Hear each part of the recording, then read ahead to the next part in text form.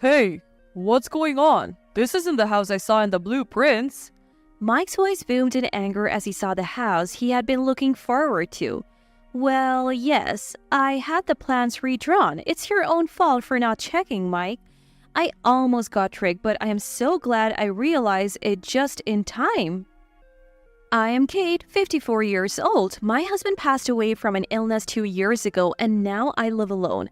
I have one son who lives far away. My family situation is a bit complicated. I was adopted by my uncle and his wife when I was in high school. My uncle and his wife didn't have children and wanted me to inherit the traditional craftsmanship skills that have been passed down since my great-grandfather's time, so they adopted me with that hope. They actually wanted to adopt Mike, who is male, but my parents refused. I didn't like studying and had no intention of going to college, so I was happy to be adopted and chose the path of becoming a craftsman. Unfortunately, both my uncle and aunt fell ill and have since passed away. I'm grateful that I was able to fully inherit their craftsmanship before they died. When they passed, I officially took over the family business and moved to the old workshop to the city. I also bought an apartment nearby to live in. I inherited and have been managing the house and the old workshop where my uncle and aunt live. That's why after not seeing each other for a few years, Mike along with Jane came to visit me. Jane and I don't really get along and tend to avoid each other, so when Jane showed up, I was quite surprised. Hey, the land where your uncle's house is, can you let us build a house there? He suddenly said this out of the blue. What? Why? I was confused, and then Jane chimed in. Isn't it a great location? It's a waste to leave it vacant. He has quit his job and paying rent is getting tough, so we want our own house. You understand, right? She was smiling, but I couldn't smile at all. Mike, who's only good at being serious, is not very quick-witted and is quite stubborn. He hasn't been able to build good relationship at work, fell off the career track, and has now taken early retirement. At 58, he's too young for a pension and is struggling to pay rent, so he probably wants his own house. Jane has been eyeing my parents' house to inherit it as her own since they got married, but my father, though suffering from dementia and living in a facility, is still alive. Not knowing when the inheritance will happen, she seems to have set her sights on my uncle's house.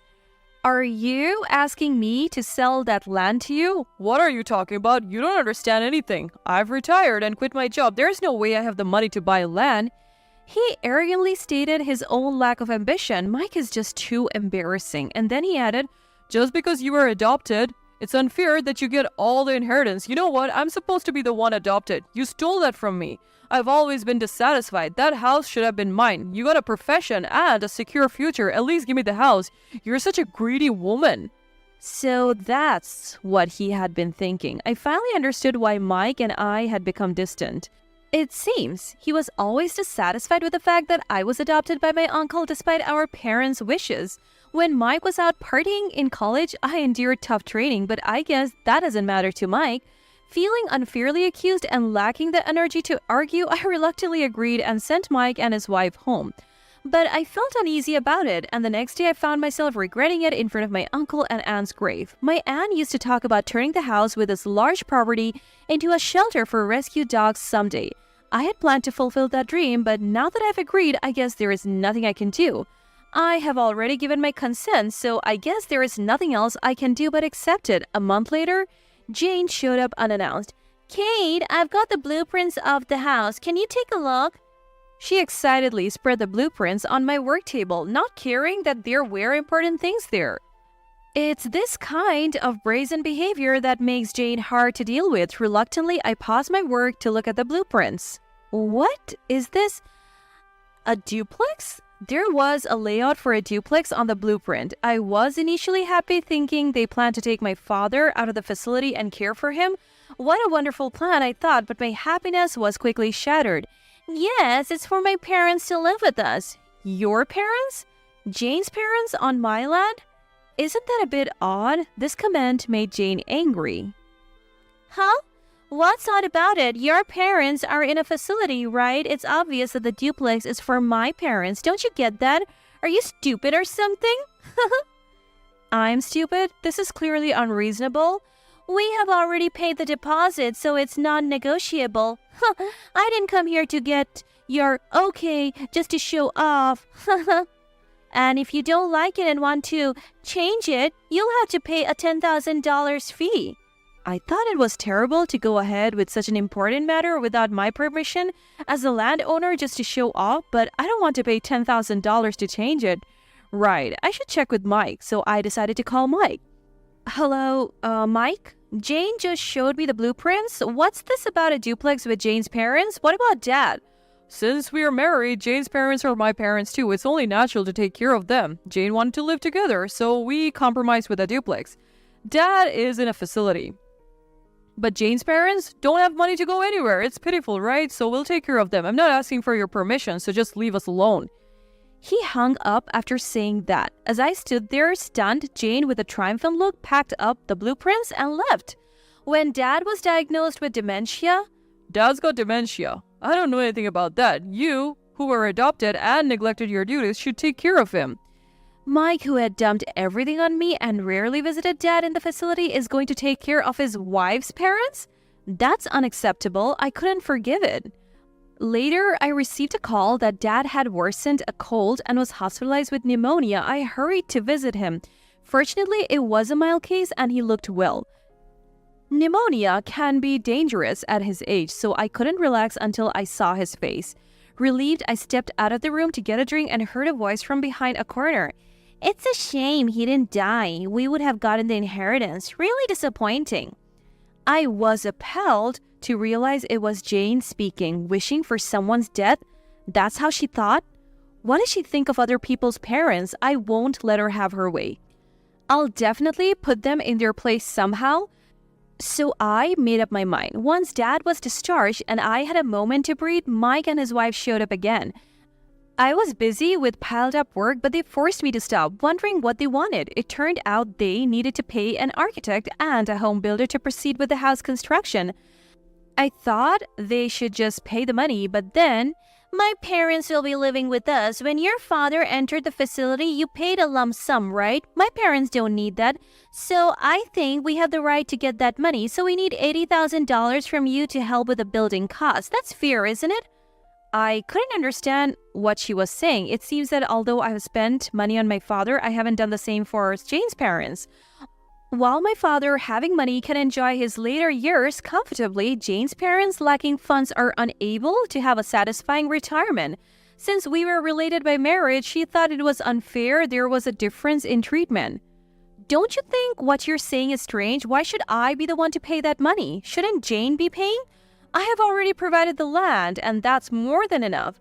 Jane got angry when I said that. So you don't care what happens to my parents? She yelled and began to cry. Mike, comforting Jane, said, You have the inheritance from your uncle and a secure job and money. I got the short end of the stick being left at home as the eldest son. You can afford $80,000. If you don't pay, I'll make sure you can't work anymore. Just deposit the money here without complaining. He put a piece of paper with the bank details on the desk and left, carrying Jane in his arms. I was speechless at their unreasonable logic and left without a chance to argue. Then I started to feel angry. What was that? Such awful things they said, as if I hadn't struggled to get where I am today. Being adopted was lonely for me too, and the training was tough. I know all about Mike and his fun times. I wanted to say so much, but they were already gone and there was no one to listen. Reluctantly, I checked the note Mike left, and the account to deposit $80,000 was oddly Mike's own, not a home builder's or an architect's office. Something felt off, so I inquired and was told they made no such request to $80,000. It didn't make sense to be asked for such a large unrequested amount. A little research revealed why Mike and Jane were so fixated on money. So I decided to transfer just $20,000 for now and see what happens. As soon as I confirmed the transfer, Mike called. Hey Kate, the amount is wrong. I said $80,000. Why only $20,000? He was fuzzing about the amount. You know, $80,000 isn't an amount I can prepare immediately, right? I had to break into my savings, so I transferred that much for now. You seemed in a hurry. After hearing that, perhaps reassured by the money coming in? Oh, well, why didn't you say that? Sorry for shouting. When you get the rest of the $60,000, send it over, okay? He ended the call sounding pleased. My brother, as always, is a smooth operator. After the transfer issue had settled and I had a moment to relax, I got a call saying I needed to go to the home builder's office to sign a contract. It's really troublesome, especially since it's not even my own house. They insisted it had to be done today, so I canceled my work plans and headed there. I thought for sure Mike and his wife would be there, but they didn't show up. When I called to find out what was happening, We are about to go on a training trip with Jane. Don't bother us. he hung up immediately. A training trip? I was told by the salesperson that they wanted to open a bar with a foreign vibe, fulfilling a long-held dream. So they were going to Europe to study. A foreign-themed bar? That was news to me. I was told they wouldn't be back for 2 weeks. That got me thinking. Mike and his wife, who were so fixated on money, I can't believe they would have the funds for a 2-week overseas trip. The $20,000 I had recently sent, the salesperson confirmed they hadn't received any payment of $20,000, so it was almost certainly used for their trip. Sighing deeply, the home builder's representative noticed my frustration. Are you sure you want to go through with this contract? It's still possible to make changes or cancel it. He said, building a house on someone else's land often leads to trouble, and that's why they were hesitant about this project. That's why they called me, the landowner, for a final confirmation. In that case, I couldn't forgive Mike and his wife for their words and actions, nor did I want to reconcile and be friendly with them in the future. So I decided to change the design to a rescue dog shelter cum cafe, fulfilling my aunt's dream. The loan contract was already completed, so I paid for the additional costs that arose. After returning from the trip, Mike and his wife called me once. You took care of the contract, right? Of course, construction has already started, don't worry. They never came to check on the construction. Thankfully, the charges to the floor plan remained a secret until completion. When the house was finally completed, Mike and his wife, who were excited to come and see it, were stunned at the sight. When asked by the representative for their thoughts, What's going on here? This isn't what the blueprints showed. Call the person in charge. he yelled, but the representative, with a calm demeanor, said, The final contract we received with the signature was this one. and upon being shown the blueprint that I had requested to be revised, they were left speechless. Jane's parents, excited to live with their daughter, were shocked and burst into tears at the unexpected situation. They had even sold their own home in preparation for this day. Now, with nowhere to live, they were demanding that Mike and his wife do something. But what's done is done, right? With Mike and his wife's apartment also terminated in anticipation of the house's completion, all 4 of them ended without a place to live. Since Jane's parents were already there, I let them hear what Jane had said at my father's hospital. I had secretly recorded it. It's funny, isn't it? That someone who says such things about their in-laws wants to live in a duplex with their own parents? Everyone fell silent at my attempt to turn it into a joke. Mike, desperate to secure a home, apologized deeply and begged for all 4 of them to be allowed to stay. Since the loan was contracted for these 2 families, it made sense. Thus, according to my plan, Mike and his family ended up living in that house. I had consulted a lawyer recommended by the home builder skilled in such matters. Surprisingly, this lawyer was a close friend of my uncle. He was incensed that his dear friend's legacy was being mishandled and helped me devise a counter-strategy. The first step in the plan was for me to report to the tax authorities. As a result, Mike and his wife were subjected to gift tax, and the money Jane's parents received from selling their home was used to pay this tax. Then a lawsuit was filed, and they had to pay rent for the land, which is an area with top-class land price increases over the last decade. The rent turned out to be high due to the ample space for a dog run which Jane had targeted. As a result, Mike, who had already quit his job, and Jane's parents, who were living on a pension, couldn't afford to pay the rent.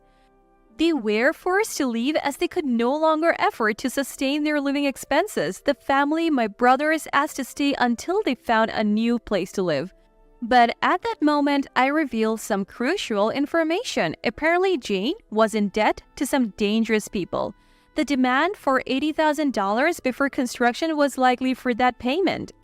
I consulted a distant relative of Jane's, a client of my uncle, who agreed to temporarily cover $20,000 and sent it to Mike.